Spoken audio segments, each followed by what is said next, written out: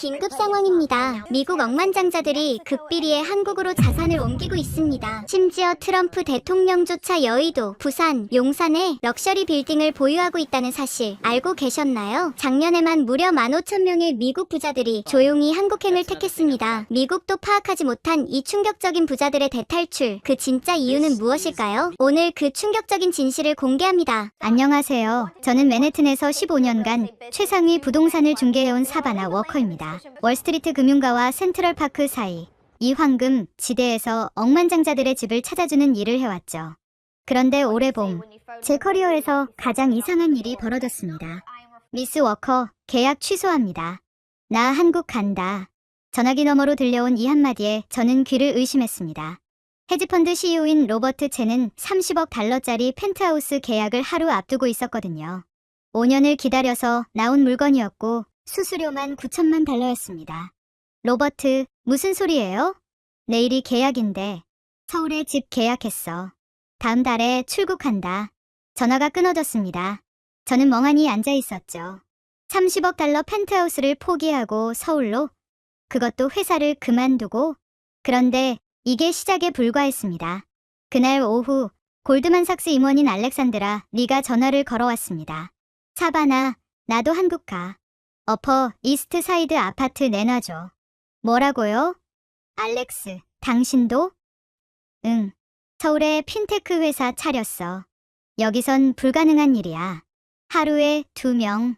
그것도 제 최고 고객들이 똑같이 한국행을 선언한 겁니다. 처음엔 우연이라고 생각했습니다. 하지만 일주일 뒤 상황은 더욱 기묘해졌습니다. 모건 스탠리 MD 출신 제이슨 파크, 맨해튼 5번가 복층 아파트 매각. 구글 부사장 출신 사라 김, 트라이베카 로프트 처분. 애플 시니어 엔지니어 라일라 샤, 첼시 타운하우스 급매. 일주일 만에 5건. 모두 연봉 50만 달러 이상의 엘리트들이었고 목적지는 하나같이 대한민국이었습니다. 저는 15년 경력 중 이런 현상은 처음이었습니다. 중국 부자들이 뉴욕 부동산을 싹쓸이한 적은 있었죠. 러시아 올리가르이들이 맨해튼을 접수한 적도 있었고요. 하지만 미국 엘리트들이 집단으로 떠나는 것은 전례가 없었습니다. 호기심이 생겼습니다. 아니, 솔직히 말하면 돈 냄새를 맡았죠. 이들이 한국에서 부동산을 구한다면, 제가 중개한다면 커미션이 얼마일까? 사무실로 돌아와 계산기를 두드렸습니다. 서울 강남 아파트 평균가, 환율, 중개 수수료. 숫자가 나왔습니다. 한 건당 최소 5만 달러. 만약 이 흐름이 계속된다면? 그때 또 전화가 울렸습니다. 발신자를 보니 JP모건 투자은행 부문 헤드 마커스 웡이었습니다. 사바나, 시간 있어? 상담 좀 하고 싶은데. 물론이죠, 마커스. 새 집 찾으시나요? 아니, 반대야. 지금 집 팔고 싶어. 또 한 명. 이번엔 센트럴파크 뷰가 있는 15억 달러 아파트였습니다. 설마 한국 가시는 건 아니죠? 잠시 침묵이 흘렀습니다. 어떻게 알았어? 빙고. 저는 확신했습니다. 이건 단순한 우연이 아니라 거대한 트렌드의 시작이었습니다. 그리고 저는 이 파도를 놓치고 싶지 않았죠. 그날 밤, 저는 지난 한 달간의 거래 내역을 분석했습니다. 놀랍게도 제가 놓친 신호들이 보이기 시작했습니다. 한국계 미국인들의 문의 증가, 서울 관련 질문들, 그리고 무엇보다 급매라는 단어의 빈도. 새벽 3시, 저는 결심했습니다. 직접 가봐야겠다고. 도대체 서울에 뭐가 있기에 뉴욕 최고의 엘리트들이 모든 것을 버리고 떠나는지 제 눈으로 확인해야겠다고 말이죠. 다음날 아침, 저는 인천행 비행기 티켓을 예약했습니다. 비즈니스석이었죠. 왜냐하면 저도 비즈니스를 하러 가는 거니까요. 한국에서 새로운 기회를 찾아서 말이죠. 공항으로 가는 택시 안에서 문자가 왔습니다. 헤지펀드 매니저 스티븐 리였습니다. 사바나, 나도 한국 간다. 거기서 보자. 비행기 티켓을 예약한 다음 날, 저는 본격적인 리서치에 들어갔습니다. 도대체 왜 하필 한국인가? 제 사무실은 정보 수집의 전쟁터가 되었죠. 먼저 월스트리트 내부 소식통들을 접촉했습니다. JP모건에서 일하는 대학 동기 벤자민에게 전화를 걸었습니다. 벤, 요즘 한국 관련해서 무슨 일 있어? 사바나, 갑자기 왜? 그냥 좀 이상한 일이 있어서. 우리 고객들이 계속 한국 간다고 하거든. 전화기 너머로 한숨 소리가 들렸습니다. 너도 눈치챘구나. 사실 우리 회사도 난리야. 지난달에만 시니어 10명이 사표 냈어. 다 한국 핀테크 회사로 간대. 뭐, 10명이나? 응. 그것도 보너스 시즌 직전에. 미쳤지? 보너스를 포기하고 떠난다는 건 정말 충격적이었습니다. 월스트리트에서 보너스는 종교나 다름없거든요. 도대체 한국 핀테크가 뭐길래? K 파이낸스 테크놀로지. 줄여서 K핀테크. 규제가 적고 정부 지원이 엄청나대. 실리콘밸리보다 빠르게 성장하고 있어. 다음은 실리콘밸리였습니다. 스탠포드 동문이자 구글 프로덕트 매니저인 제시카와 통화했습니다. 제시, 혹시 한국 테크씬에 대해 아는 거 있어? 한국, 요즘 완전 핫하지. 우리 팀에서도 3명이 서울로 갔어. 정말? 구글을 떠나서? 응. 판교 테크노밸리라는 곳. 아시아의 실리콘밸리래. 근데 더 재밌대. 더 재밌다. 실리콘밸리보다? 뭐가 다른데? 일단 속도.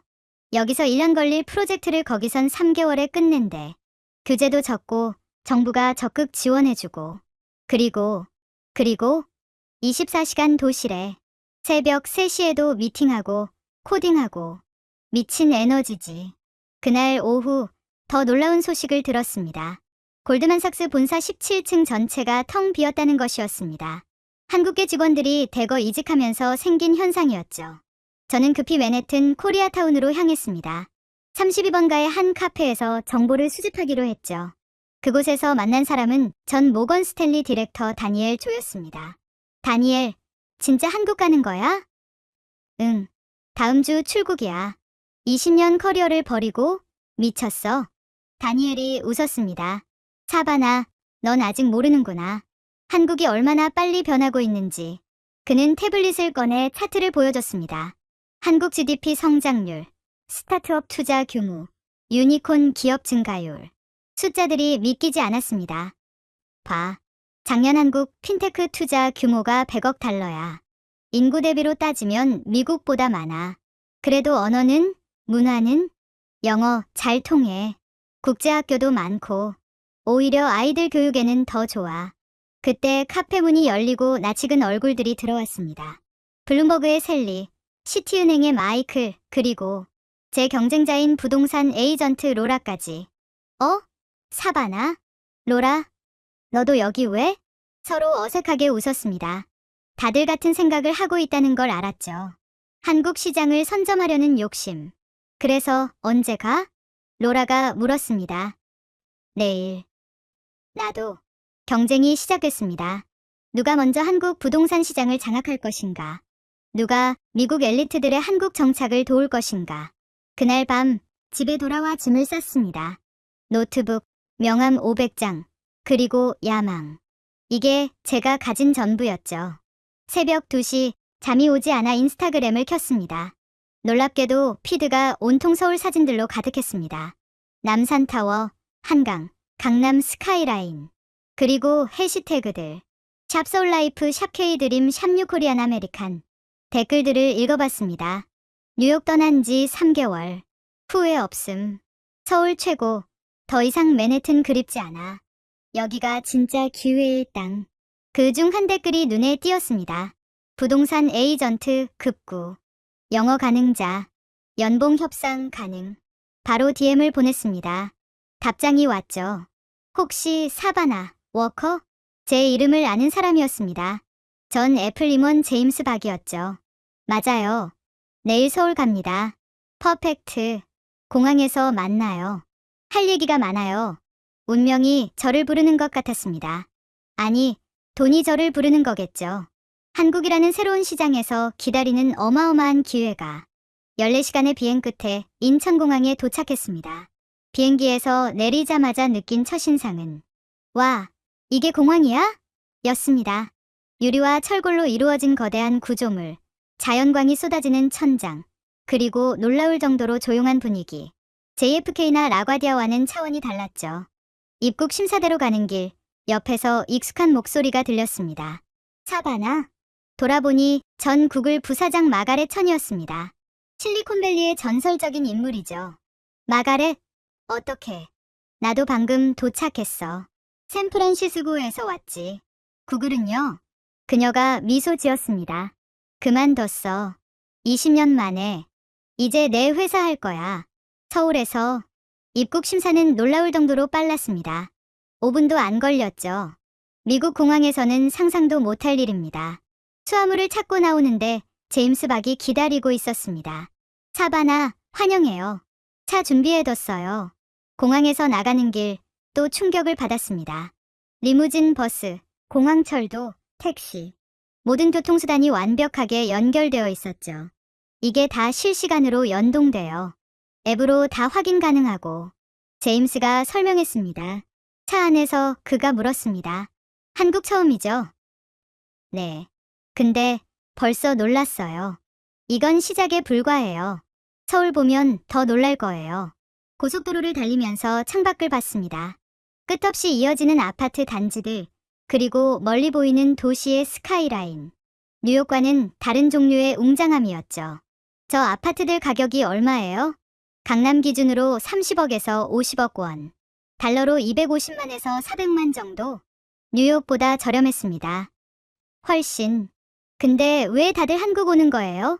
진짜 이유가 뭐예요? 제임스가 잠시 생각하더니 말했습니다. 자유요. 자유? 미국에서는 나이 40 넘으면 끝이잖아요. 특히 테크 업계는. 근데 여기선 달라요. 나이는 숫자일 뿐이에요. 실력과 아이디어만 있으면 돼요. 신호등에 멈춰섰을 때 옆차를 봤습니다. 벤츠 S클래스. 운전자는 젊어 보이는 한국인이었죠.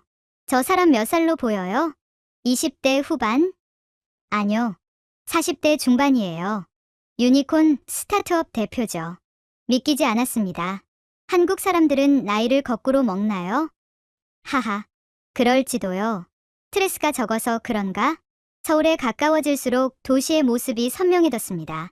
한강을 건너는 순간 숨이 막혔죠. 와, 인상적이죠? 저도 처음 봤을 때 그랬어요. 강남에 도착했습니다. 테헤랄로의 빌딩 숲은 미드타운 맨해튼을 연상시켰지만 뭔가 달랐습니다.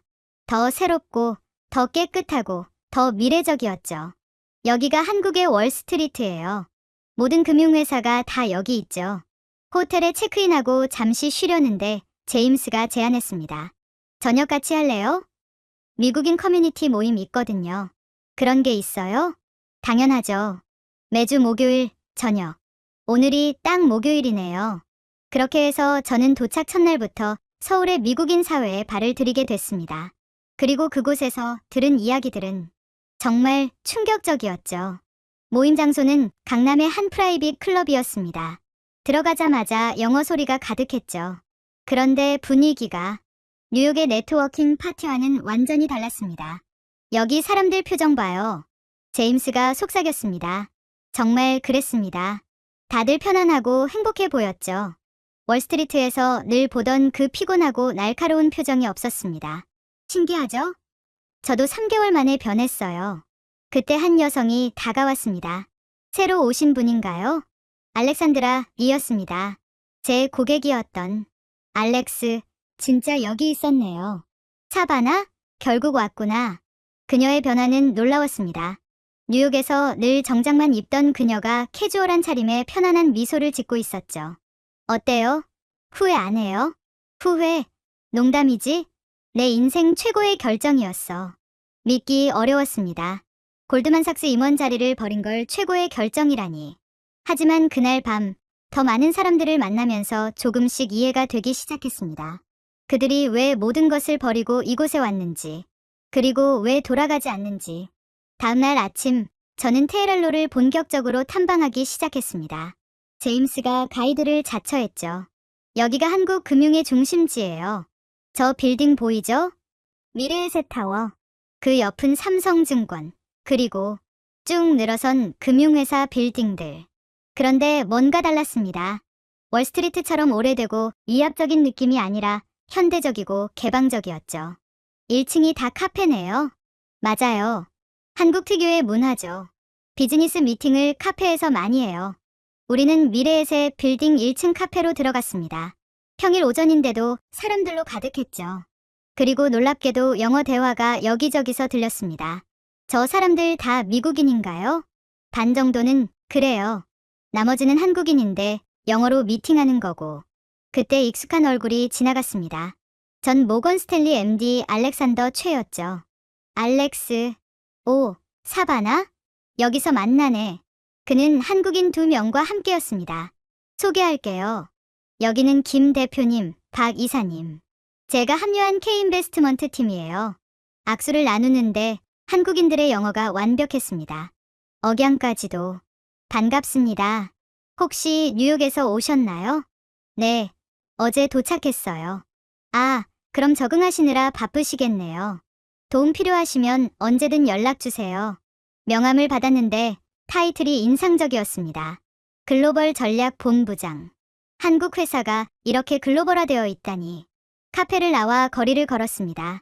점심시간이 가까워지자 거리가 활기를 띠기 시작했죠. 여기 사람들 일하는 시간이 어떻게 돼요? 플렉서블해요. 중요한 건 성과죠. 시간에 얽매이지 않아요. 그때 제 핸드폰이 울렸습니다. 뉴욕 사무실이었죠. 사바나, 큰일이야. 마이클 블룸버그 전 시장 사무실에서 연락 왔어. 한국 부동산 알아본대.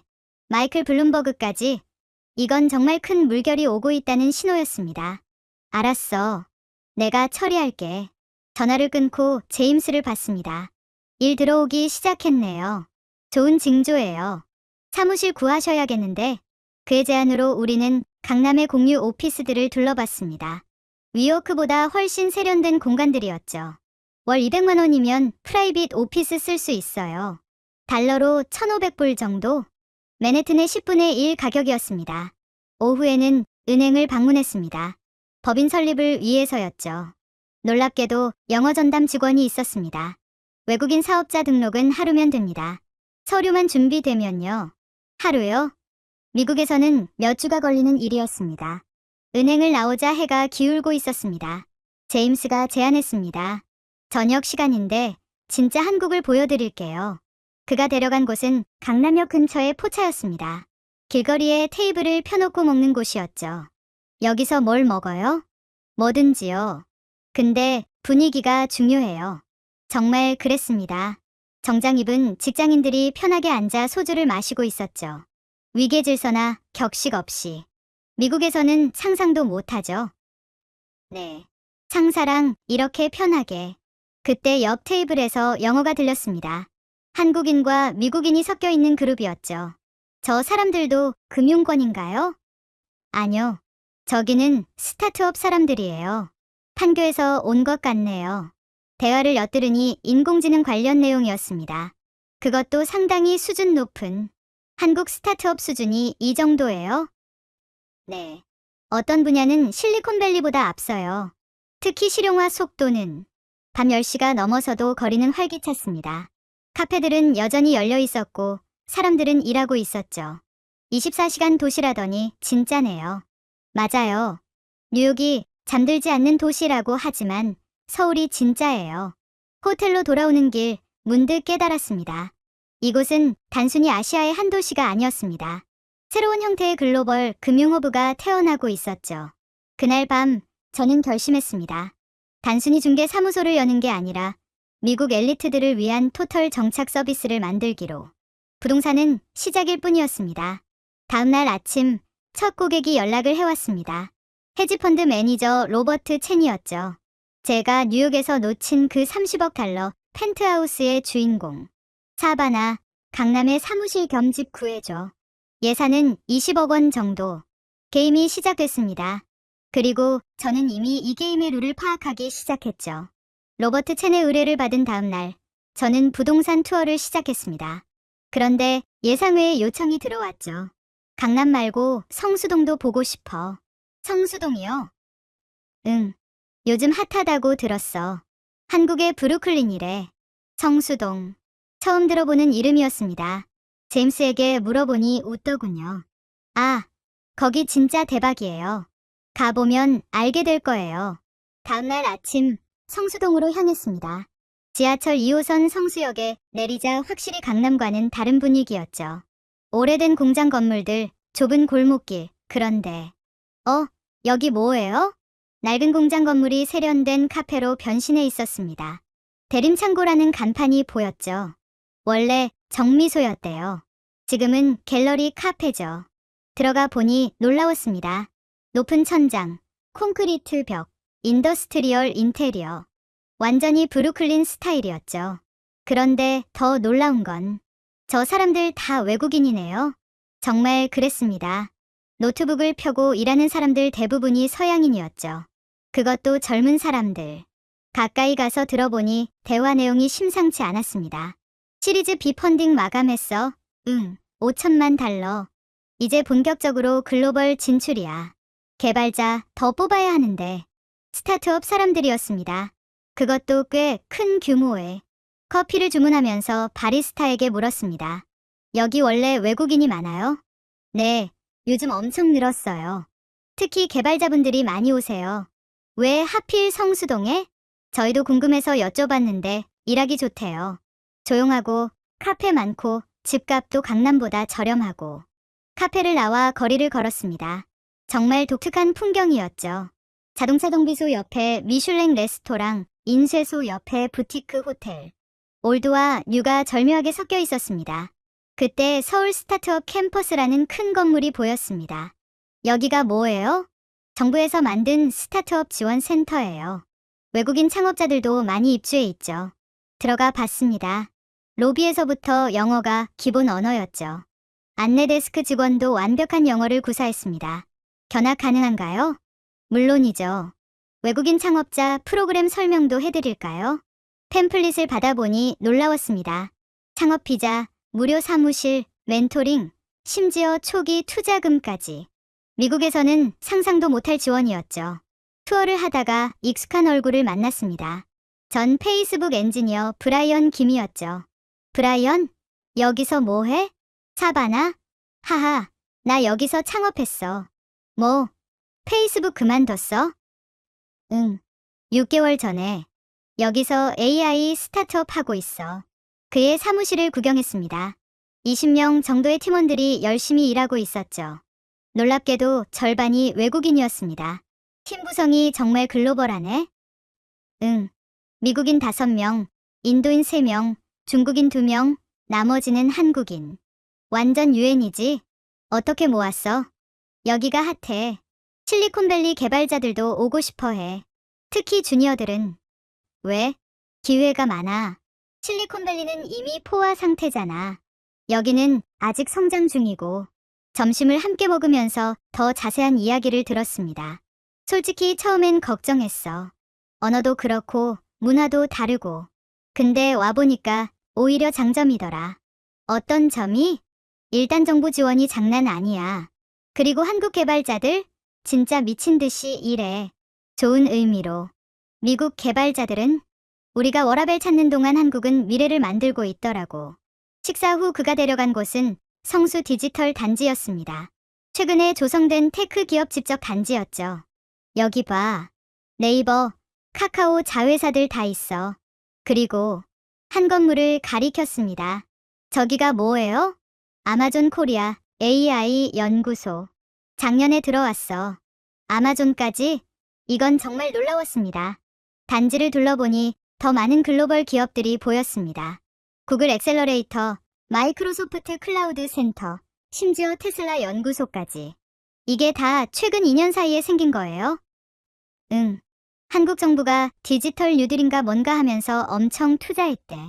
오후에는 성수동의 주거 지역을 둘러봤습니다. 역시나 독특했죠. 오래된 다세대 주택 사이에 모던한 타운하우스가 들어서 있었습니다. 한 부동산을 방문했습니다. 사장님이 영어를 잘하셔서 놀랐죠. 요즘 외국인 문의가 많아서 영어 공부 시작했어요. 많이 오나요? 하루에 3팀은 와요. 다 IT 쪽 사람들. 매물을 보니 가격이 합리적이었습니다.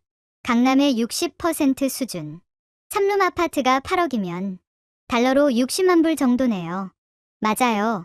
그래서 인기가 많죠. 게다가 여기서 강남까지 20분이에요. 저녁 무렵 성수동의 진짜 매력을 봤습니다. 퇴근 시간이 되자 거리가 활기를 띠기 시작했죠. 수제 맥주집, 와인바, 각국 레스토랑들이 불을 밝혔습니다. 한 루프탑 바에 올라갔습니다. 서울 전경이 한눈에 보였죠. 해가 지면서 도시는 불빛으로 물들었습니다. 와, 이거 완전 뉴욕이잖아요. 아니에요. 뉴욕보다 나아요. 옆에서 누군가 말했습니다. 돌아보니 젊은 백인 남성이었죠. 실례지만, 아, 저도 미국에서 왔어요. 오스틴에서, 여기서 스타트업 하고 있어요. 또 한 명의 미국인 창업자였습니다.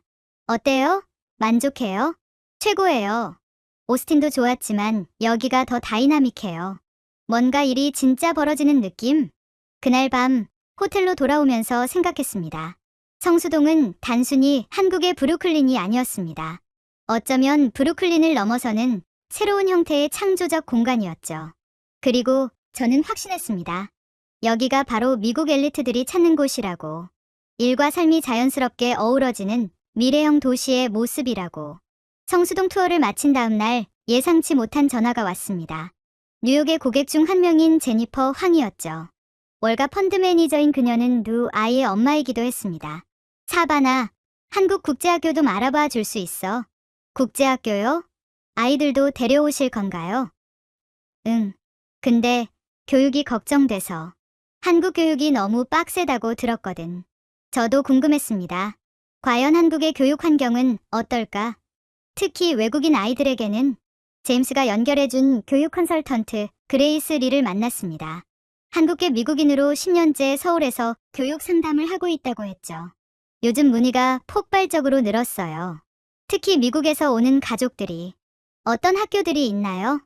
서울에만 20개가 넘는 국제학교가 있어요. 그 중에서도 탑 티어는. 그녀가 보여준 리스트를 보고 놀랐습니다. 서울 외국인 학교, 더리치 칼리지, 체드위. 이름만 들어도 아는 명문들이었죠. 입학이 어렵지 않아요? 예전엔 그랬죠. 근데 최근에 확장하는 학교들이 많아서 자리가 늘었어요. 다음날 한남동의 몇몇 국제학교를 직접 방문했습니다. 첫 번째로 간 곳은 서울국제학교였죠. 캠퍼스에 들어서자마자 미국 사립학교가 떠올랐습니다.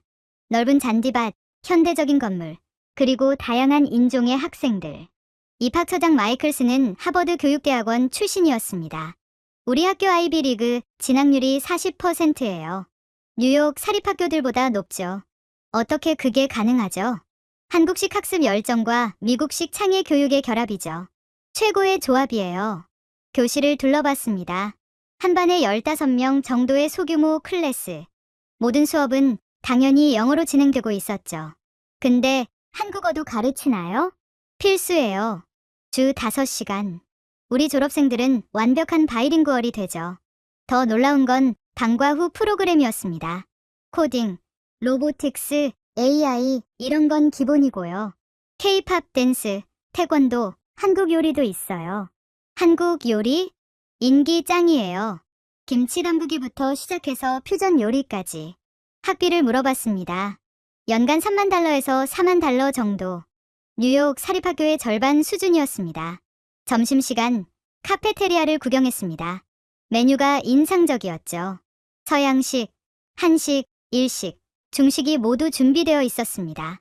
한 테이블에 앉아있던 학생들과 대화를 나눴습니다. 여기 학교 어때요? 최고예요. 뉴욕보다 훨씬 좋아요. 백인 남학생이 대답했습니다. 뭐가 좋아요? 스트레스가 적어요.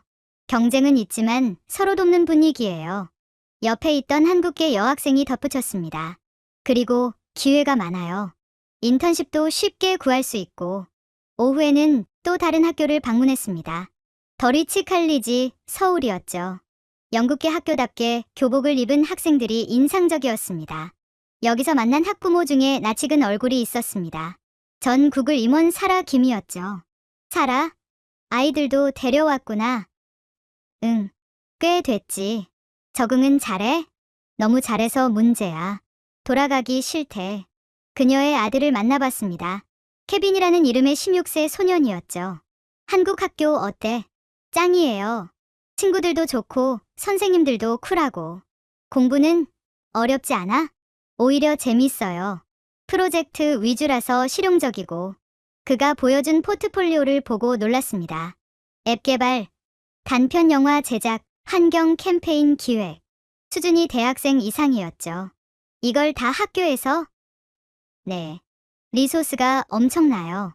원하는 건 다 지원해줘요. 학교를 나오면서 그레이스가 말했습니다. 이게 바로 한국국제학교의 비밀이에요. 동양과 서양의 장점만 모았죠. 근데 한국 대학은 어때요? 외국인 학생들이 가기 어렵지 않나요? 오히려 환영해요. 서울대, 연세대, 고려대 다 글로벌 캠퍼스를 운영하거든요. 영어로만 수업하는 과정도 많고. 그날 저녁 한남동의 한 레스토랑에서 국제학교 학부모 모임이 있었습니다. 30명 정도가 모였는데 절반 이상이 최근 1년 내에 이주한 가족들이었죠. 우리 애가 뉴욕에서는 중위권이었는데 여기 와서 상위권이 됐어요. 한 어머니가 말했습니다. 환경이 달라서 그런가 봐요. 스트레스가 적으니까 오히려 잘하더라고요. 다른 아버지가 덧붙였습니다. 그리고 미래 준비가 확실해요. AI, 코딩은 기본이고 중국어까지 배우니까. 맞아요. 우리 애는 벌써 3개의 국어를 해요. 영어, 한국어, 중국어. 대화를 들으면서 깨달았습니다. 이 부모들은 단순히 좋은 대학을 보내려는 게 아니었습니다. 진짜 글로벌 인재로 키우고 있었죠. 모임이 끝나고 집으로 돌아가는 길, 그레이스가 말했습니다. 이제 아시겠어요? 왜 미국 엘리트들이 아이들을 데리고 오는지? 네. 정말 놀랍네요. 이건 시작일 뿐이에요. 앞으로 더 많이 올 거예요. 그날 밤 제니퍼에게 전화했습니다. 제니퍼, 걱정 마. 여기 교육 환경 최고야. 아이들이 더 좋아할 거야. 정말? 구체적으로 설명해줘. 1시간 동안 오늘 본 것들을 설명했습니다. 통화가 끝날 때쯤 그녀가 말했습니다. 사바나, 고마워. 이제 결심이 섰어. 우리도 간다. 한국의 장점들에 매료되어 있던 차에 현실의 벽을 만났습니다. 바로 돌아간 사람들의 이야기였죠. 어느 날 저녁 이태원의 한 바에서 마이클 장을 만났습니다. 골드만삭스 출신으로 6개월 전 한국에 왔다가 다시 뉴욕으로 돌아가기로 했다는 사람이었죠. 왜 돌아가세요? 그가 씁쓸하게 웃었습니다. 환상과 현실은 달라요, 사바나. 구체적으로 뭐가 문제였나요? 일단 언어. 영어 된다고 하지만 진짜 중요한 대화는 다 한국어로 해요.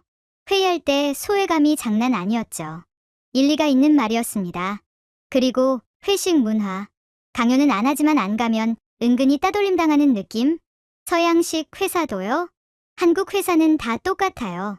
겉만 글로벌이지. 그의 아내 이야기가 더 심각했습니다. 와이프가 완전히 우울증 걸렸어요. 친구도 없고 할 일도 없고 맨날 집에만 있으니까. 한국인들이 불친절했나요? 아니요, 친절해요. 너무 친절해서 부담스러울 정도로. 근데 진짜 친구가 되기는 어려워요.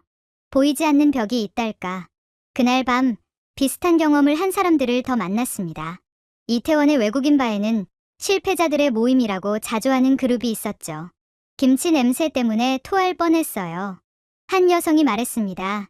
엘리베이터, 복도, 심지어 사무실에서도 어디서나 김치 냄새. 그리고 빨리빨리 문화. 미치겠더라고요. 다른 남성이 거들었습니다. 모든 걸 당장 해야 해. 내일도 아니고 오늘, 아니 지금 당장. 하지만 가장 큰 문제는 나이 문화였습니다. 나보다 10살 어린 상사한테 존댓말해야 한다고. 그게 말이 돼? 그래도 실력이 있으면. 실력? 여기선 나이가 실력이야. 40 넘으면 부장, 50 넘으면 임원. 자동이야. 듣다 보니 우울해졌습니다. 제가 본 한국의 밝은 면 뒤에 이런 어둠이 있었다니. 다음날 좀 더 객관적인 의견을 듣고 싶어서 한국에서 5년째 일하고 있는 변호사 데이비드 조를 만났습니다. 마이클 장 얘기 들었어요. 일리가 있나요? 반은 맞고 반은 틀려요. 어떤 부분이 맞나요? 언어 장벽은 리얼이에요. 비즈니스 한국어는 영어 잘하는 한국인도 어려워해요. 그럼 어떻게 극복하셨어요? 배웠죠. 하루 2시간씩 2년.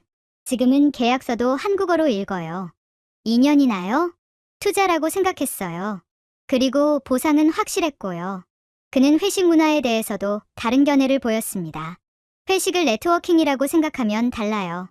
뉴욕의 칵테일 파티 같은 거죠. 하지만 매일 밤은, 매일은 아니에요. 요즘은 많이 바뀌었어요. 특히 젊은 회사들은 나이 문화에 대해서는 그도 인정했습니다. 이건 진짜 문제예요. 하지만 외국계 회사나 스타트업은 달라요. 실력으로 평가받을 수 있죠. 그날 오후 서울시에서 운영하는 글로벌 센터를 방문했습니다. 외국인들의 정착을 돕는 곳이었죠. 센터장 김혜진 씨가 통계를 보여줬습니다. 작년 한 해 미국인 거주자가 30% 늘었어요. 하지만 1년 내 귀국하는 비율도 40%예요. 왜 그렇게 높죠? 준비 없이 오는 분들이 많아서요. 한국이 쉬운 나라는 아니거든요. 그녀가 보여준 실패 사례들을 보니 패턴이 있었습니다. 첫째, 언어 준비 전무. 둘째, 문화 이해 부족. 셋째, 비현실적 기대. 특히 한국 드라마만 보고 오신 분들은 100% 실망해요. 어떻게 해야 성공할 수 있죠? 마음을 열고 배우려는 자세가 중요해요. 한국을 미국의 아시아 지사로 생각하면 안 돼요. 센터를 나오면서 많은 생각이 들었습니다. 지금까지 저는 한국의 장점만 봤던 거죠. 하지만 모든 곳에는 빛과 그림자가 있는 법. 그날 저녁, 제임스와 저녁을 먹으면서 이 문제를 논의했습니다. 솔직히 좀 불안해졌어요. 제가 사람들을 잘못된 길로 인도하는 건 아닐까요? 사바나, 모든 이민은 도전이에요. 중요한 건 정직한 정보를 주는 거죠. 제임스의 말이 맞았습니다. 그래서 전 양면을 다 보여줘요. 장점도, 단점도. 그리고 선택은 본인이 하는 거죠. 실패한 사람들 보니까 마음이. 그런 사람들도 필요해요. 덕분에 나머지가 더 잘 준비하거든요. 그의 말에 위안을 받았습니다. 하지만 동시에 책임감도 느꼈죠. 제가 하는 일이 단순한 부동산 중개가 아니라는 걸 깨달았습니다. 다음 날부터 저는 컨설팅 방식을 바꿨습니다. 무조건 장점만 얘기하는 게 아니라 현실적인 어려움도 함께 설명하기 시작했죠. 첫 번째 고객은 텍사스에서 온 엔지니어 커플이었습니다. 한국 생활 쉽지 않습니다. 특히 처음 6개월은 지옥일 수도 있어요. 어떤 면에서요? 언어, 음식, 문화, 모든 게 달라요. 심지어 화장실 사용법도. 그래도 오시라는 건가요? 말라는 건가요? 준비하고 오시면 천국이 될 수 있어요. 준비 없이 오시면 지옥이고요. 그들의 표정이 진지해졌습니다. 어떤 준비가 필요하죠? 첫째, 기본 한국어는 필수예요. 인사말이라도. 둘째, 한국 문화에 대한 공부. 특히 직장 문화. 셋째, 최소 1년은 버틸 각오. 1년이요? 네. 6개월은 적응기, 그 다음 6개월은 정착기예요. 그 후부터 진짜 한국 생활이 시작되죠. 이렇게 현실적인 조언을 하니 오히려 신뢰가 쌓였습니다. 겁먹고 포기하는 사람도 있었지만 더 단단히 준비해서 오는 사람들이 늘었죠. 그리고 저는 깨달았습니다. 한국은 분명 기회의 땅이 맞다. 하지만 공짜로 주어지는 기회는 없다는 것을. 어느 날 아침 긴급한 전화가 왔습니다. 뉴욕의 헤지펀드 매니저 조나단 리였죠. 사바나, 큰일 났어. 아버지가 암 진단받으셨어. 오, 이런. 어떤 암인가요? 췌장암 3기. 미국에서 수술 견적이 50만 달러야. 보험도 반밖에 안 돼. 50만 달러. 한화로 6억이 넘는 돈이었습니다. 그래서 한국 병원은 어떤지 알아봐 줄 수 있어. 한국 병원이요? 응. 삼성병원이 좋다고 들었거든. 솔직히 의외였습니다. 의료관광금도는 알고 있었지만 암 수술을 위해 한국을 찾는다니. 바로 삼성서울병원 국제진료센터에 연락했습니다. 놀랍게도 영어 전담 코디네이터가 바로 응대했죠. 췌장암 3기 수술이요? 견적 보내드릴게요. 환자 정보를 좀 주시겠어요? 2시간 후 이메일이 왔습니다. 견적서를 보고 눈을 의심했죠. 총 비용 5만 달러. 미국의 10분의 1이었습니다. 이게 맞아요? 오타 아닌가요? 다시 전화했더니 확실하다고 했습니다. 한국 의료 수가가 미국과 달라요. 품질은 동일하고요. 조나단에게 바로 연락했습니다. 5만 달러래. 믿기지 않지? 뭐, 그게 가능해? 삼성병원이 세계 10위권 병원이야. 시설은 메이어 클리닉급이고. 일주일 후 조나단 가족과 함께 삼성병원을 방문했습니다. 공항에서 병원까지 의료관광 전용 차량이 마중 나와 있었죠. 병원에 도착해서 또 한 번 놀랐습니다. 호텔 같은 로비, 미술관 같은 복도, 그리고 놀라울 정도로 조용한 분위기. 여기가 병원 맞아? 조나단 아버지가 물었습니다. 국제진료센터는 더 인상적이었습니다. 전담 통역사, 코디네이터, 심지어 할랄, 코셔 식단까지 준비되어 있었죠. 담당 교수를 만났습니다. 놀랍게도 존스홉킨스 출신이었죠. 안녕하세요. 저는 김수찬 교수입니다. 제가 수술을 담당할 예정입니다. 완벽한 영어로 30분간 상세한 설명을 했습니다. 수술 계획, 성공률, 회복 과정까지. 성공률이 얼마나 되나요? 저희 병원은 85%입니다. 세계 최고 수준이죠. 더 놀라운 건 검사 속도였습니다.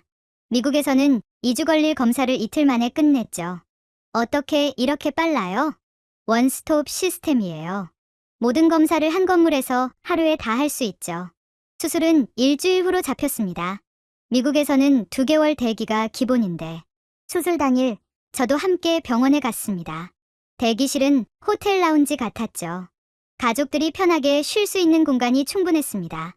8시간의 수술이 끝나고 김 교수가 나왔습니다. 성공적이었습니다. 암을 완전히 제거했고 전이도 없었어요. 조나단이 울먹이며 교수의 손을 잡았습니다. 교수님, 정말 감사합니다. 회복실도 인상적이었습니다. 1인실은 기본, 간병인 침대도 있었죠. 심지어 환자 가족을 위한 샤워실까지. 미국 병원보다 훨씬 좋네요. 조나단 어머니가 감탄했습니다. 더 놀라운 건 간호사들의 케어였습니다. 2시간마다 상태 체크, 영어로 자세한 설명, 그리고 따뜻한 미소. 미국 간호사들은 비즈니스 라이크한데 여기는 정말 케어링해요. 이번 2주 만에 조나단 아버지는 걸을 수 있었습니다. 미국에서는 한 달이 기본이라고 했는데 비결이 뭐예요? 김 교수에게 물었더니 웃으며 답했습니다. 한국식 재활이죠. 빨리 움직이게 하는 게 회복의 지름길이에요.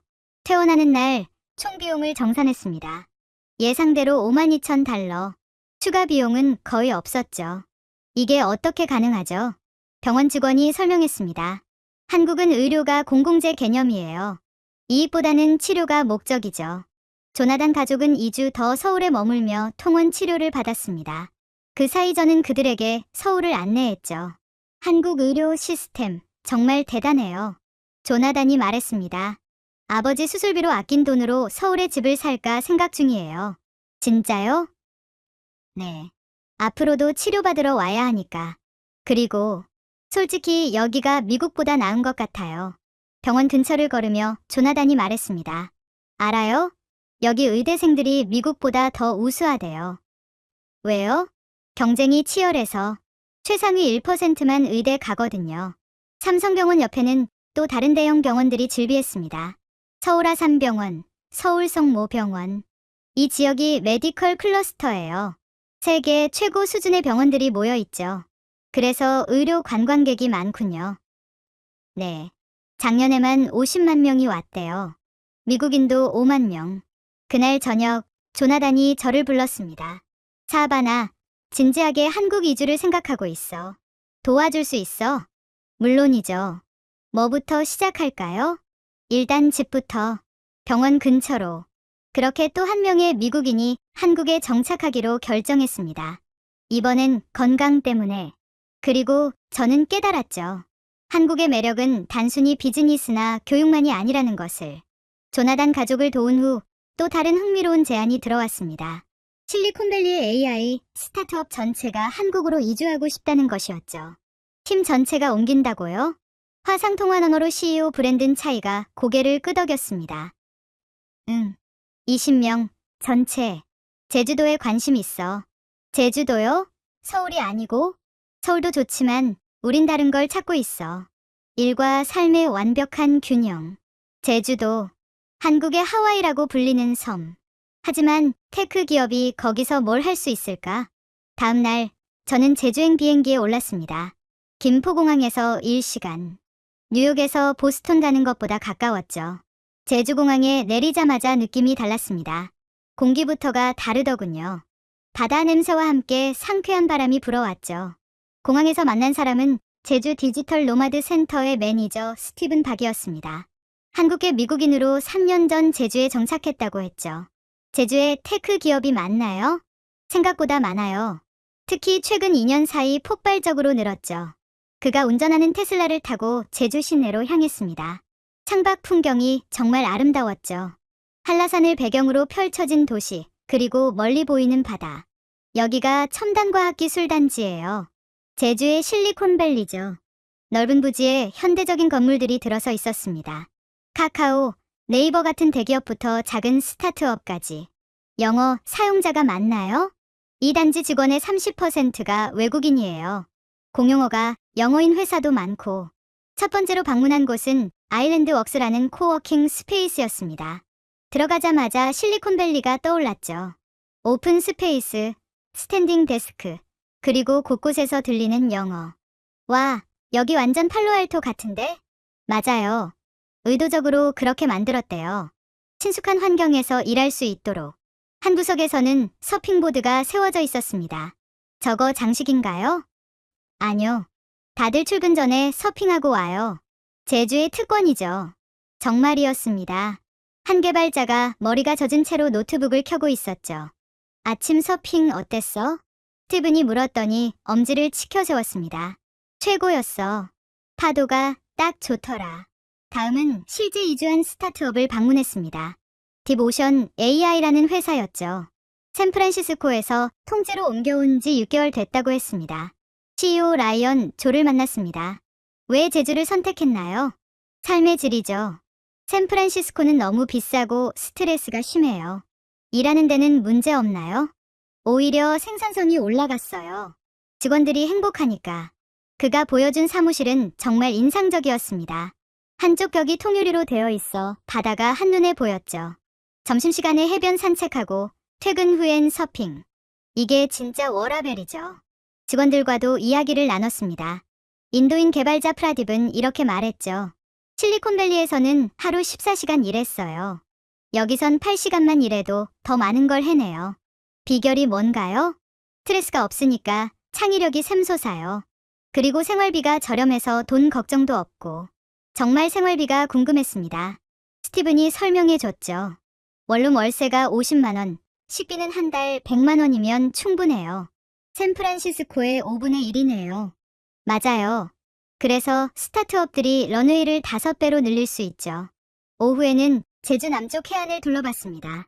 중문 관광단지 근처에는 고급 리조트들이 즐비했죠. 여기는 디지털 노마드들이 장기 거주하는 곳이에요. 한 리조트의 카페에서 일하고 있는 사람들을 봤습니다. 노트북을 펴고 바다를 바라보며 일하는 모습이 그림 같았죠. 저 사람은 뉴욕타임스 기자예요. 3개월째 여기서 일하고 있죠. 원격 근무가 가능하니까? 네.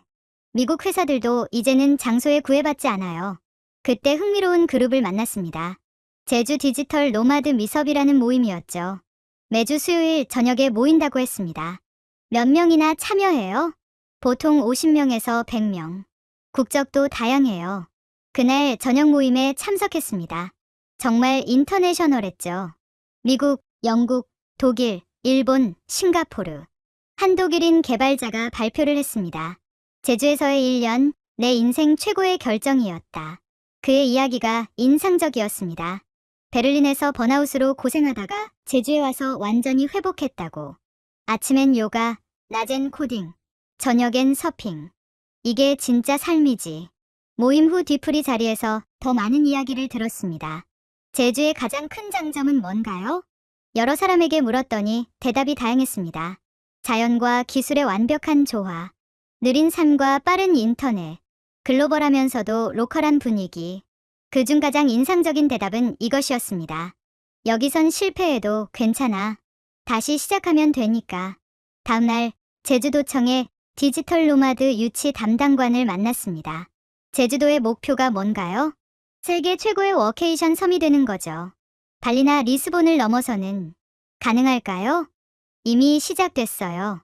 작년에만 장기 체류 외국인이 5,000명 늘었죠. 그들이 준비한 인센티브를 보고 놀랐습니다. 디지털 노마드 비자, 무료 코워킹 스페이스, 심지어 이주 지원금까지. 한국 정부가 이렇게 적극적인가요? 제주는 특별자치도라 독자적인 정책이 가능해요. 일종의 실험이죠. 제주를 떠나기 전 브랜든과 다시 통화했습니다. 어때? 제주가 마음에 들어? 완벽해요. 당장 이주 준비 시작할게요. 진짜? 응. 팀원들도 다 동의했어. 제주에서 유니콘 만들어 볼게. 비행기에서 서울로 돌아오면서 생각했습니다. 한국은 단순히 하나의 얼굴이 아니었죠. 서울의 다이나믹함, 제주의 여유로움. 각자가 원하는 삶의 방식을 선택할 수 있는 나라. 그리고 저는 확신했습니다. 이 흐름은 이제 시작일 뿐이라고. 앞으로 더 많은 글로벌 인재들이 한국을 선택할 것이라고. 제주에서 돌아온 후 저는 깊은 고민에 빠졌습니다. 지난 한 달 동안 본 것들이 머릿속에서 계속 맴돌았죠. 호텔 방에서 노트북을 켜고 지금까지의 성과를 정리했습니다. 상담 번수 87건, 계약 진행 중 23건, 예상 수수료 150만 달러. 뉴욕에서의 연수입을 한 달 만에 거의 달성한 셈이었습니다. 그때 뉴욕 사무실에서 전화가 왔습니다. 비즈니스 파트너 마크였죠. 사바나, 언제 돌아와? 여기도 바빠 죽겠어. 조금만 더 있을게. 여기 정말 대박이야. 그래서 언제까지? 막상 대답하려니 말이 나오지 않았습니다. 언제 돌아가야 하지? 아니, 정말 돌아가야 하나? 일단 다음 달까지는 있을 것 같아. 전화를 끊고 창밖을 봤습니다. 한강이 보이는 서울의 야경. 뉴욕과는 다른 종류의 아름다움이었죠. 문득 궁금해졌습니다. 나는 정말 뉴욕에서 행복했나? 15년간 쉼없이 달려왔습니다. 새벽 6시 출근, 밤 11시 퇴근. 주말도 없이 일했죠. 그 대가로 맨해튼 펜트하우스와 연 100만 달러 수입을 얻었지만 정작 그 펜트하우스에서 보낸 시간은 얼마나 됐을까요? 그 돈으로 산 행복은 얼마나 됐을까요? 다음 날 한강공원을 산책했습니다. 평일 오후인데도 사람들로 가득했죠. 자전거 타는 사람들, 피크닉 즐기는 가족들, 조깅하는 직장인들. 벤치에 앉아있는데 옆에 누군가 앉았습니다. 알렉산드라, 제 첫 고객이었죠. 사바나? 여기서 만나네. 알렉스, 요즘 어때요? 최고야. 오늘 첫 투자 받았어. 200만 달러. 축하해요. 골드만삭스 때보다 나은가요? 그녀가 잠시 생각하더니 웃었습니다. 돈은 적게 벌어. 하지만 삶은 더 풍요로워. 무슨 뜻이에요? 봐. 지금 평일 오후 3시야. 뉴욕이었다면 회의실에 갇혀 있었겠지. 근데 난 지금 한강에서 햇빛을 즐기고 있어. 그녀의 말이 가슴에 와닿았습니다. 그리고 내 회사야. 내가 만드는 미래. 골드만삭스에서는 그저 부품이었지. 집으로 돌아오는 길에 부동산을 들렀습니다. 그동안 고객들에게만 소개했지 정작 저를 위한 집은 보지 않았거든요. 본인이 사실 집을 찾으신다고요? 부동산 아주머니가 놀라워했습니다. 네. 장기 거주할 수 있는 곳으로요. 아, 그럼 이 동네가 좋을 거예요. 외국인들이 많이 살거든요. 한남동의 한 아파트를 봤습니다. 한강뷰가 끝내주는 곳이었죠. 가격은 뉴욕제 아파트의 3분의 1 수준. 여기서 10분이면 강남 가고 20분이면 성수동 가요. 위치가 정말 좋죠. 집을 둘러보면서 상상했습니다. 여기서 사는 나를. 아침에 한강 조깅하고 동네 카페에서 일하고 저녁엔 친구들과 맛집 탐방하는. 그날 밤 심각하게 고민했습니다. 진짜 이주를 할 것인가? 장점은 명확했습니다. 낮은 생활비, 높은 삶의 질, 무한한 비즈니스 기회. 하지만 단점도 있었죠. 언어 장벽, 문화 차이, 무엇보다 뉴욕에서 쌓은 모든 것을 뒤로하고 떠나는 것. 고민하다 제임스에게 전화했습니다. 고민되는 게 있어요. 뭔데요? 저도 이주를 생각하고 있어요. 오, 드디어. 근데 무서워요. 뉴욕의 모든 걸 포기하는 게. 제임스가 잠시 침묵하더니 말했습니다. 사바나, 질문 하나 할게요. 뉴욕에서 마지막으로 진짜 행복했던 때가 언제예요? 생각해봤습니다. 언제였지? 작년 크리스마스? 아니다. 그때도 일했지. 재작년 여름 휴가. 그것도 3일뿐이었고. 잘 모르겠어요. 그게 답이에요. 서울에 온 뒤로는 매일이요. 매일 새롭고 즐거워요. 그럼 됐잖아요. 그의 말이 맞았습니다. 하지만 여전히 결정은 쉽지 않았죠. 다음 날 뜻밖의 연락을 받았습니다. 뉴욕타임스 부동산 섹션 기자였죠. 워커 씨, 인터뷰 요청드립니다. 미국 엘리트들의 한국 이주 현상에 대해. 저요? 네. 당신이 이 트렌드의 중심에 있다고 들었어요. 인터뷰를 하면서 제 이야기를 객관적으로 돌아볼 수 있었습니다. 어떻게 시작됐는지, 무엇을 봤는지, 왜 사람들이 떠나는지. 그래서 워커씨도 이주할 계획인가요? 기자의 마지막 질문이었습니다. 글쎄요. 잠시 망설이다가 불현듯 깨달았습니다. 이미 마음은 정해져 있었다는 것을. 네, 할 겁니다. 말하고 나니 속이 시원했습니다. 드디어 결정을 내렸구나. 이유가 뭔가요? 돈을 쫓아왔지만 삶을 발견했으니까요. 결심을 굳힌 후 일사천리로 진행됐습니다. 뉴욕 사무실 정리, 서울법인 설립, 그리고 드디어 강남의 워커 앤 어소시에이츠 서울 오픈. 오픈 첫날 화환이 줄을 이었습니다. 그동안 도운 고객들이 보낸 축하 화환들이었죠. 사바나 대표님, 축하합니다. 직원으로 채용한 그레이스가 밝게 인사했습니다. 한국계 미국인으로 부동산과 교육 컨설팅 경험이 풍부한 인재였죠. 그레이스, 오늘 일정이 어떻게 돼요? 오전 10시 블룸버그 통신 인터뷰, 11시 첫 고객 미팅, 오후 2시 네트워킹 런치. 빡빡한 일정이었지만 기분은 좋았습니다. 뉴욕과 달리 의미 있는 일들이었으니까요. 첫 고객은 텍사스에서 온 석유 회사 임원 가족이었습니다. 한국은 처음이신가요? 네. 솔직히 걱정이 많아요. 애들이 셋이거든요. 걱정 마세요. 제가 A부터 G까지 다 도와드릴게요. 이제 저는 단순한 부동산 에이전트가 아니었습니다. 토털 라이프 컨설턴트였죠. 집 구하기부터 학교 입학, 은행 계좌 개설, 심지어 동네 맛집까지. 와, 이런 서비스는 미국에도 없었어요. 고객이 감탄했습니다. 한국 정착이 쉽지 않거든요. 제가 직접 겪어봐서 알아요. 첫 달 실적은 기대 이상이었습니다. 상담 100건, 계약 30건. 혼자서는 감당이 안 돼서 직원을 더 뽑았죠. 두 번째 직원은 놀랍게도 전 경쟁자 로라였습니다. 사바나, 나도 끼워줘. 뉴욕 접었어. 진짜. 왜? 너 보고 깨달았어. 미래는 여기 있다고. 팀이 늘어나면서 서비스도 확대했습니다.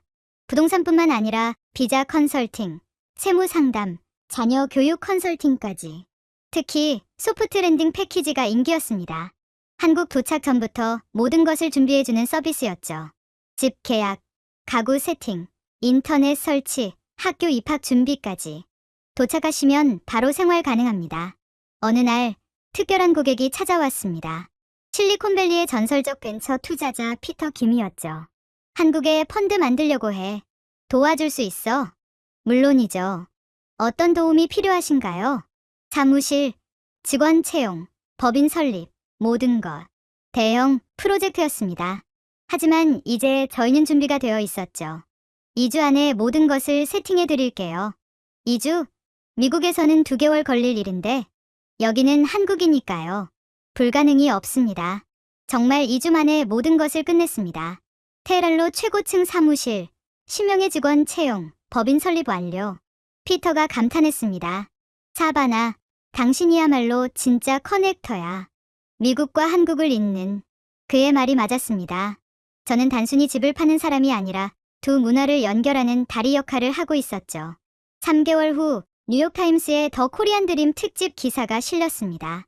제 인터뷰가 크게 실렸죠. 전직 맨해튼 부동산 여왕, 서울에서 새 왕국 건설. 기사가 나간 후 문의가 폭발했습니다. 하루에 200통의 이메일, 50통의 전화. 혼자 시작한 회사가 10명 규모로 성장했죠. 특히 인상적인 고객이 있었습니다. 은퇴한 구글 초기 멤버 조지 왕이었죠. 30년간 일만 했어. 이제 진짜 삶을 살고 싶어. 어떤 삶을 원하세요? 아침엔 등산, 낮엔 카페에서 책 읽고, 저녁엔 친구들과 소주 한 잔. 그를 위해 북한산 근처 전원주택을 찾았습니다. 서울 도심에서 30분, 하지만 완전히 다른 세상이었죠. 퍼펙트해. 여기서 노후를 보낼게. 가장 뿌듯한 순간은 고객들이 정착 후 연락할 때였습니다. 사바나, 우리 애가 한국 친구들이랑 놀이터에서 한국어로 대화해. 대표님 덕분에 새 인생을 찾았어요. 스타트업도 잘 되고 있고. 서울 최고예요. 왜 진작 오지 않았을까요? 하지만 가장 큰 성과는 따로 있었습니다. 바로 한미 비즈니스 커뮤니티 설립이었죠. 매월 첫째 주 목요일, 강남의 한 호텔에서 모임을 가졌습니다. 미국에서 온 사업가들과 한국 기업인들이 만나는 자리였죠. 첫 모임에 50명이 왔습니다. 두 번째는 100명, 세 번째는 200명. 이제는 서울에서 가장 영향력 있는 네트워킹 모임이 되었죠. 이게 바로 커넥션의 힘이야. 피터 김이 말했습니다.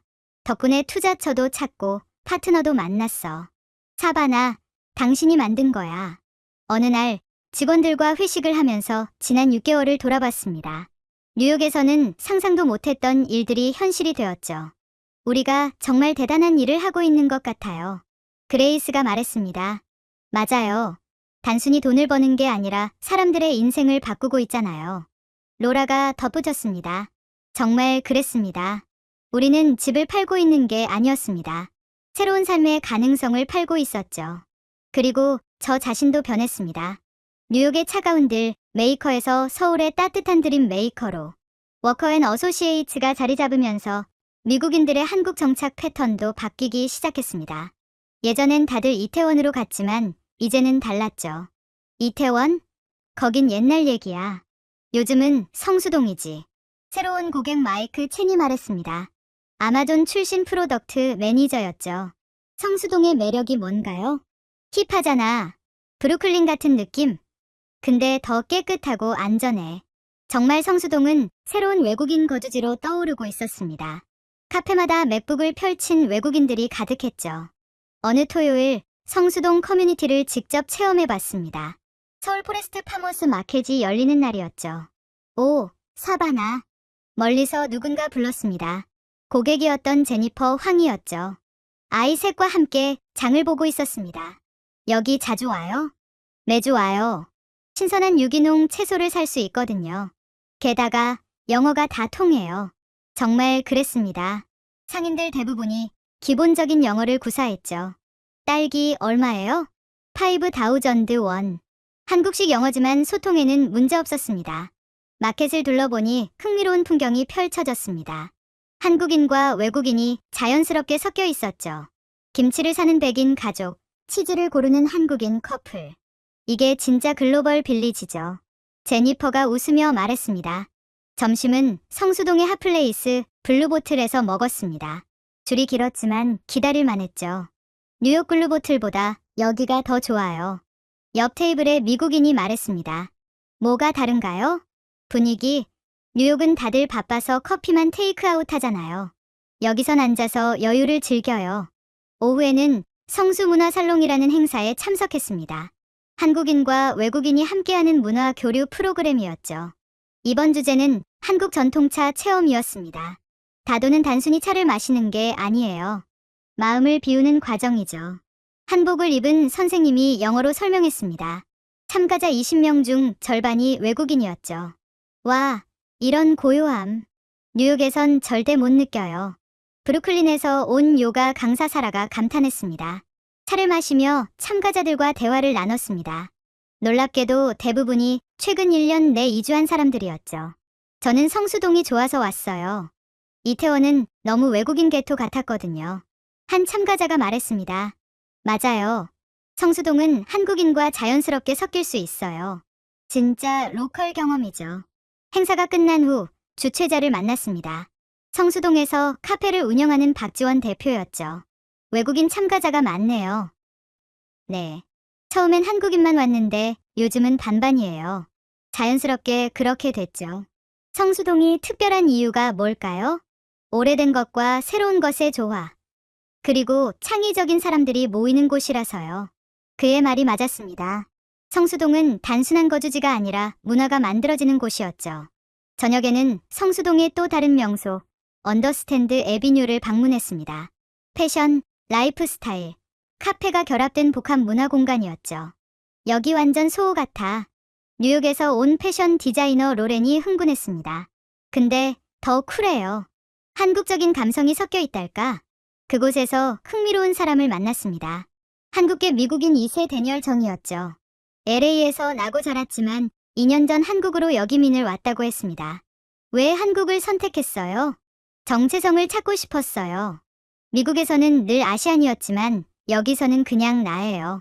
적응은 어땠나요? 성수동 덕분에 쉬웠어요. 너무 한국적이지도 너무 서구적이지도 않은 딱 중간. 그의 말에서 성수동의 정체성을 찾을 수 있었습니다. 동양과 서양의 가교 역할을 하는 공간. 집으로 돌아오면서 생각했습니다. 이태원이 과거 외국인들의 안식처였다면 성수동은 미래의 글로벌 커뮤니티의 모습이었죠. 경계가 없는 곳. 한국인과 외국인이 자연스럽게 어울리는 곳. 그곳에서 새로운 문화가 탄생하고 있었습니다. 어느 날 아침 제 핸드폰이 쉴 새 없이 울렸습니다. 뉴욕의 옛 동료들과 고객들로부터 축하 메시지가 쏟아졌죠. 사바나, 뉴욕타임스 봤어? 대단해. 무슨 일인가 싶어 인터넷을 켰습니다. 뉴욕타임스 일면에 큰 제목이 떠 있었죠. 더 코리안 드림 왜 미국 엘리트들은 서울을 선택하는가? 기사를 읽어보니 제가 인터뷰한 내용이 중심이었습니다. 하지만 단순한 개인 스토리가 아니라 거대한 사회 현상으로 다뤄졌죠. 작년 한 해에만 7,000명의 미국 상위 소득층이 한국으로 이주했다. 이는 전년 대비 300% 증가한 수치다.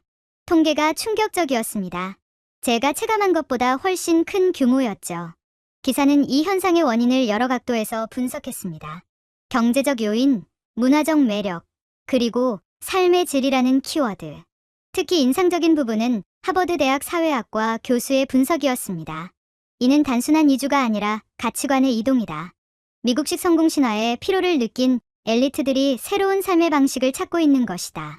기사 말미에는 제 회사가 크게 소개됐습니다. 전직 맨해튼 톱 에이전트 사바나 워커는 이제 서울에서 미국인들의 한국 정착을 돕는 가교 역할을 하고 있다.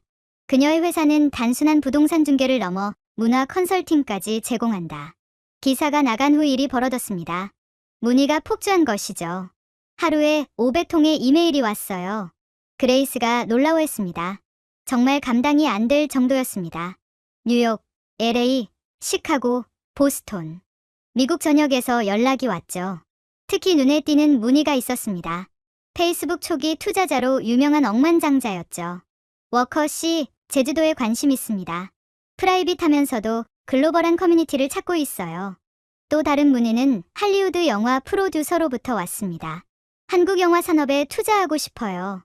서울에 베이스를 만들 생각입니다. 이제 단순한 주거 이전이 아니었습니다. 미국 자본과 인재가 본격적으로 한국으로 흘러들어오고 있었죠. 뉴욕타임스 기사의 여파는 계속됐습니다.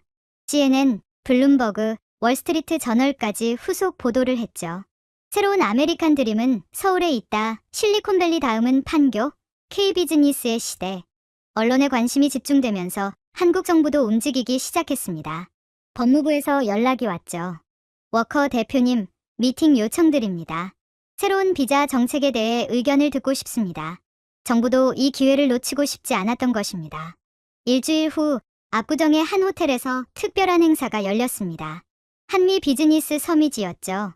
제가 공동 주최자였습니다. 500명이 넘는 참가자가 모였습니다.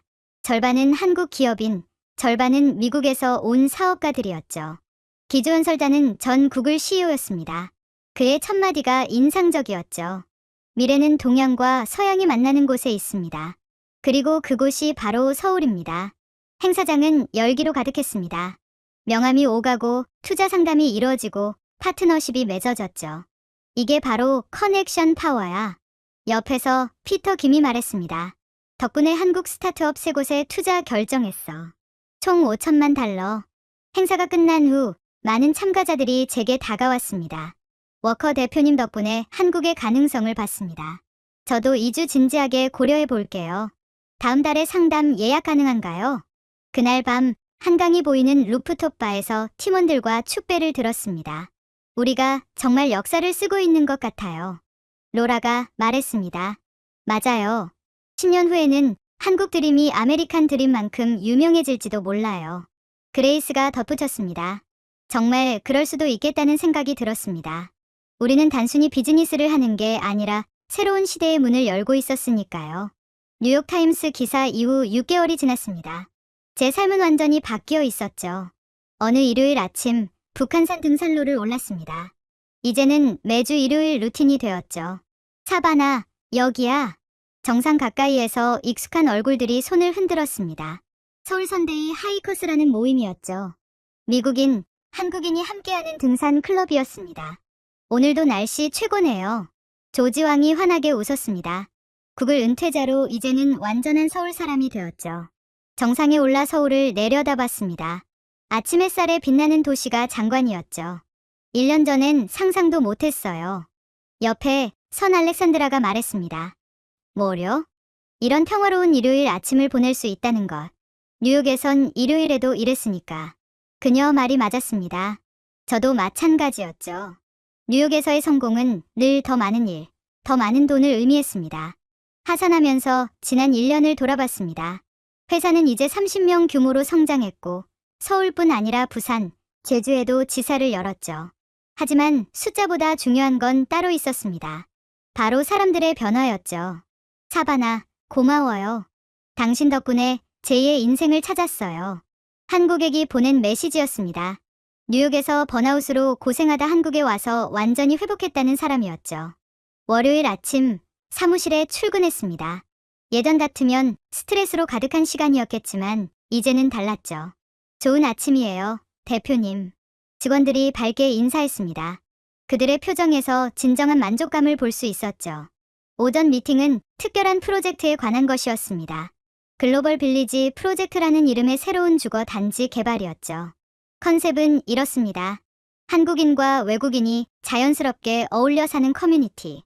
건축가가 설명했습니다. 커뮤니티 센터, 언어 교환 프로그램, 문화 행사. 진정한 글로벌 빌리지를 만드는 거죠. 듣다 보니 가슴이 뛰었습니다. 이게 바로 제가 꿈꾸던 미래의 모습이었으니까요. 점심은 광화문의 한 한정식 레스토랑에서 했습니다. 뉴욕 시절 멘토였던 바바라 리가 한국을 방문한 것이었죠. 사바나, 정말 놀라워. 당신이 완전히 달라졌어. 어떤 면에서요? 표정이 살아있어. 뉴욕에서는 늘 긴장해 있었는데 그녀의 말에 웃음이 나왔습니다. 맞아요. 이제야 진짜 살아있다는 걸 느껴요. 그래서 나도 진지하게 고민 중이야. 은퇴하고 한국으로 올까 하고. 정말요? 바바라, 당신이? 그녀는 맨해튼 부동산계의 전설이었습니다.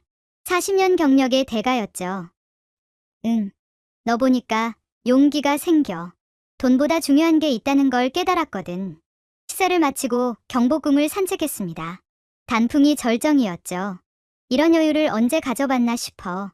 바바라가 감탄했습니다.